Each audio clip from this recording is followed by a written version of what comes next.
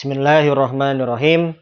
Assalamualaikum warahmatullahi wabarakatuh. Baiklah anak-anakku semuanya, hari ini Pak Hafid akan mencoba menjelaskan tentang sholat dalam keadaan darurat ya.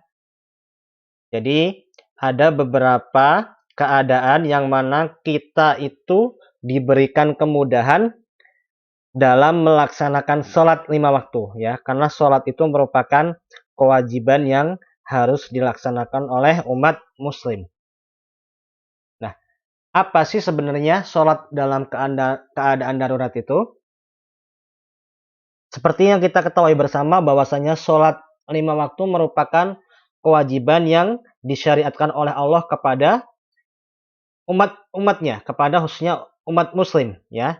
Nah, perintah sholat ini juga berlaku bagi orang-orang yang sedang menderita sakit, ya, ataupun orang yang sedang dalam kendaraan, ya, dan orang yang sedang dalam keadaan bagaimanapun selama ingatannya masih ada. Maka apa? Ia itu wajib mengerjakan sholat, ya. Bahkan orang yang sakit pun, ya, Allah itu memerintahkan untuk melaksanakan sholat tersebut, ya. Tetapi Allah juga memberikan keringanan-keringanan atau rukhsah sesuai dengan kondisinya masing-masing. Nah, yang pertama yaitu sholat dalam kendaraan. Bagaimana caranya sholat dalam kendaraan? Yang pertama, sholatnya itu harus dilakukan dengan cara sempurna. Caranya normal, seperti biasa itu kalau memungkinkan. Misalnya kalau kalian itu sedang bepergian naik kapal, ya, naik kapal laut, ya, itu bisa tuh kalian sholat dengan cara yang sempurna. Kemudian yang kedua yaitu dengan cara bersuci atau wudhu. Tapi kalau memang nggak memungkinkan untuk wudhu, maka boleh diganti dengan tayamum. Kemudian, jika di atas kendaraan tidak mungkin sholat sambil berdiri dan menghadap kiblat, maka sholatnya adalah dengan duduk semampunya. Misalnya di mobil, ya, tidak bisa berdiri, maka boleh dengan duduk saja. Nah, kemudian jika di atas kendaraan mampu menghadap kiblat, maka wajib menghadap kiblat, ya, meskipun sambil duduk. Tapi kalau misalnya tidak memungkinkan, maka dia bisa menghadap dengan sesuai arahnya, sesuai arah kendaraan maksudnya. Kemudian hendaknya untuk pertama kali atau waktu takbiratul ihram yaitu menghadap kiblat, ya. Seperti itu. Nah, sekarang yang kedua, sholat bagi orang yang sakit. Nah, anak-anakku semuanya, karena pentingnya sholat itu, maka dalam kondisi dan situasi apapun kita wajib melaksanakan sholat, ya. Maka bagi orang yang tidak bisa berdiri, maka dia dapat mengerjakannya dengan duduk, seperti duduk di antara dua sujud. Ya. Kalau nggak mampu duduk, boleh sambil berdiri, boleh sambil berbaring di atas lambung. Dan bahkan kalau tidak mampu berbaring pun, maka boleh dengan berbaring terlentang. Nah, sekarang kita lihat tata cara sholat dalam keadaan sakit, ya. Misalnya, dia bisa berdiri, tapi dia tidak bisa ruku atau sujud nih. Misalnya orang tersebut lagi sakit, dia bisa berdiri, tapi dia tidak bisa ruku atau sujud, maka ya dia wajib sholatnya itu dengan berdiri. Ya. Nah, rukuknya gimana? Rukuknya dengan menundukkan badannya. Ya. Nah, kalau misalnya dia tidak mampu untuk membungkukkan punggungnya sama sekali, maka cukup dengan menundukkan lehernya, kemudian duduk. Lalu menundukkan badan untuk sujud dalam keadaan duduk dengan mendekatkan wajahnya ke tanah sebisa mungkin. Ya, itu kalau misalnya dia masih bisa berdiri, tapi dia tidak bisa ruku atau sujud. Nah, gimana sholat dengan cara duduk? Ya, yang pertama, sholat dengan duduk boleh dilakukan dengan berbagai posisi duduk. Tetapi yang paling utama adalah dengan duduk iftiros, ya, atau ketika duduknya tasyahud awal atau enggak duduk di antara dua sujud, ya, seperti itu. Boleh itu lebih utamanya. Kalau tidak bisa seperti itu, boleh duduk semampunya. Ya. Kemudian duduklah seperti duduk di antara sujud, kemudian bersedekap, membaca doa iftitah, Al-Fatihah, dan membaca ayat-ayat Al-Quran.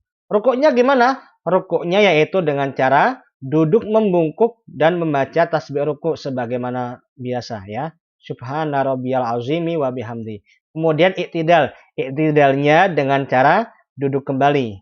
Nah, sesudah sujud, sebagaimana sujud biasa, yaitu dengan membaca tasbih kemudian menyempurnakan rakaat yang kedua sebagaimana rakaat yang pertama. Jadi kalau misalnya sholat dengan duduk itu seperti normal, seperti orang biasa, namun dia posisinya saja yang seperti duduk ya. Rukuk dan sujudnya itu dengan cara apa? Dengan cara membungkukkan badannya sedikit saja. Kemudian cara sholat dengan tidur pada lambung. Yang pertama, hendaklah berbaring dengan di atas lambung kanannya. Tidurnya miring maksudnya.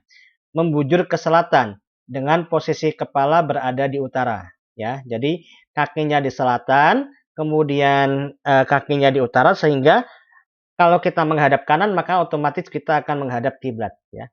Telinga sebelah kanan tertindih pada bagian kepala bagian kanan. Kemudian perut, dada, kaki menghadap kiblat. Kemudian niat dan takbiratul ihram. Lalu membaca bacaan seperti dalam sholat. Kemudian untuk melakukan rukuk dan sujud cukup dengan anggukan kepala dan ke depan pelupuk mata. Jika tidak bisa, maka gunakan dalam hati selama kita masih sadar.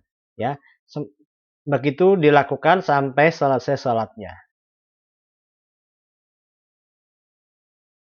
Kemudian yang keempat nih, sholat dengan cara yang terlentang. Ya.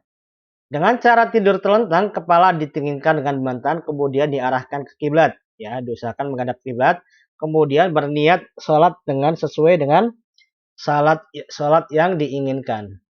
Untuk melakukan rukuk sujud cukup dengan cara mengedipkan mata saja. Kalau misalnya tidak bisa, cukup gunakan hatinya atau dalam hatinya saja selama dia masih sadar. Adapun bacaan-bacaannya adalah seperti dalam sholat biasanya.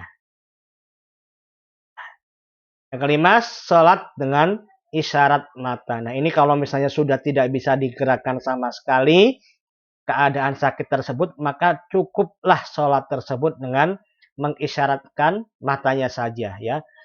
Saat kondisi seorang benar-benar kritis yang bisa digerakkan hanya matanya, maka semua rukun sholat dikerjakan dengan isyarat mata atau anggota tubuh lainnya. Berbaring atau tidur dalam kondisi yang bisa dia lakukan, kemudian berniat sholat sesuai dengan sholat yang diinginkan. Untuk melakukan rukuk, sujud, cukup dengan isyarat mata saja. Jika tidak bisa, cukup gunakan dalam hati. Adapun bacaan-bacaannya sesuai dengan kemampuannya. Ya. Nah, anak-anakku semuanya, kenapa Allah memberikan rukhsah atau keringanan-keringanan seperti ini ya? Ini supaya hamba-hambanya itu tidak meninggalkan yang namanya sholat. Ya. Allah memberi kemudahan ini semuanya supaya apa? Supaya kita itu jangan sampai meninggalkan sholat, terutama nih sholat 5 waktu ya. Makanya ada hadis yang mengatakan bahwasanya man taraka sholatan muta'ammidan faqad kafara. Barang siapa yang meninggalkan sholat secara sengaja, maka dia termasuk orang-orang yang kafir. Naudzubillah summa naudzubillah. Baiklah teman-teman semuanya, itu saja materi yang Pak Hafid sampaikan. Nanti kalau misalnya ada yang bingung atau kurang paham, boleh tanya ke Pak Hafid langsung. Syukran. Wassalamualaikum warahmatullahi wabarakatuh.